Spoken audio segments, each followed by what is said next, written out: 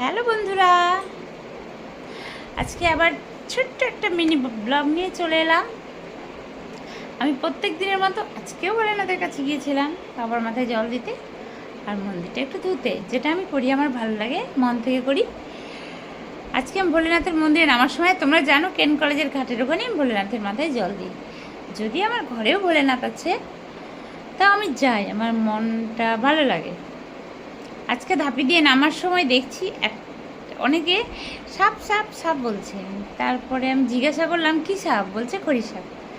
খড়ি সাপের একটা বাচ্চা, এবার মানুষ লাঠি দিয়ে ওকে ছুঁয়ে দেখছে বা সরিয়ে দিচ্ছে। ওইটুকু বাচ্চা ফস ফস ফস করে এরকম করে ঘুরে ফসফস করছে অনেকক্ষণ। যাই হোক, ওটা দেখলাম, দেখে ভাবছিলাম আজকে মোবাইলটা নিয়ে গেলে ক্যামেরাটা অন করে তোমাদেরকে দেখাতাম বাচ্চাটা কি সুন্দর। যাই হোক, তারপরে চলে গেলাম ভোলেনাথের কাছে পুজো দিতে। এবার আজকে আমি লাইটার না নিয়ে পুজো দিতে গিয়েছিলাম, দিয়ে একটা দাদাভাইয়ের কাছে বললাম, ভাইয়া আমাকে একটা লাইটার দাও, দেবে? আমি তো আজকে লাইটার না, অ্যাকচুয়ালি ওটা কি বলে, যাই হোক ফাইটার, আমি ওটা চাইলাম। যে দাদাভাই বললো ঠিক আছে, এই না, পুজো হলে তারপরে আমি নিয়ে নেবো। আমি যথারীতি ভোলেনাথের মন্দির ধুয়ে পুজো টুজো করলাম করে। আমার অনেক দিন থেকে মনের মধ্যে একটা প্রশ্ন ছিল যে দাদাভাইদের ওখানে রোজ বিশাল বড় হাঁড়িতে রান্না হয়, অনেকক্ষণ ধরে রান্না বান্না হয়। আমি ভাবি মনে মনে যে বন্ধুরা, দাদাভাইরা কি রোজই এখানে পিকনিক করে? রোজ তো এখানে পিকনিক নিশ্চয়ই কেউ করবে না। আজকে সাহস চুকিয়ে মনে ভাবলাম জেনেই ফেলি যে দাদাভাইরা এখানে কি করে রোজ।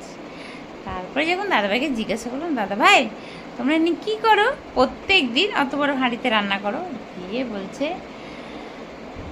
যে কলেজ ঘাটের ওখানে প্রচুর কুকুর থাকে। অনেকেই হয়তো দেখবে বন্ধুরা, তাদের জন্য প্রত্যেক দিন চিকেনের সেই ছাটনা কি বলে, যাই হোক, সেটা নিয়ে আসে প্রত্যেক দিন, রাইস আর ওটা রান্না করে, দিয়ে কুকুরদেরকে খাওয়ায়। আমি ভাবলাম দাদারা কত ভালো কাজ করে, বুঝতে পারছো বন্ধুরা, দাদাভাইরা কত ভালো কাজ করে। রাস্তায় যে কুকুরগুলোকে খেতে দেয়, কতটা বিশাল ভালো কাজ না? খুব ইচ্ছে হয়, মনে হয় কিছু করব, কিন্তু জানি না। আমার মনে হয় আমি নিজে কিছু করি, তারপরে ইচ্ছা আছে কিছু করার, কিন্তু তোমরা আগে সাপোর্ট তো করো বন্ধুরা। সাপোর্ট না করলে আমি নিজে কিছু করবো কী করে? চেষ্টা তো করছি, নিজে কিছু করলে নিজের পয়সা দিয়ে করবো। যদি কারোর জন্য কিছু করতে হয়, অবভিয়াসলি নিজের পয়সা দিয়ে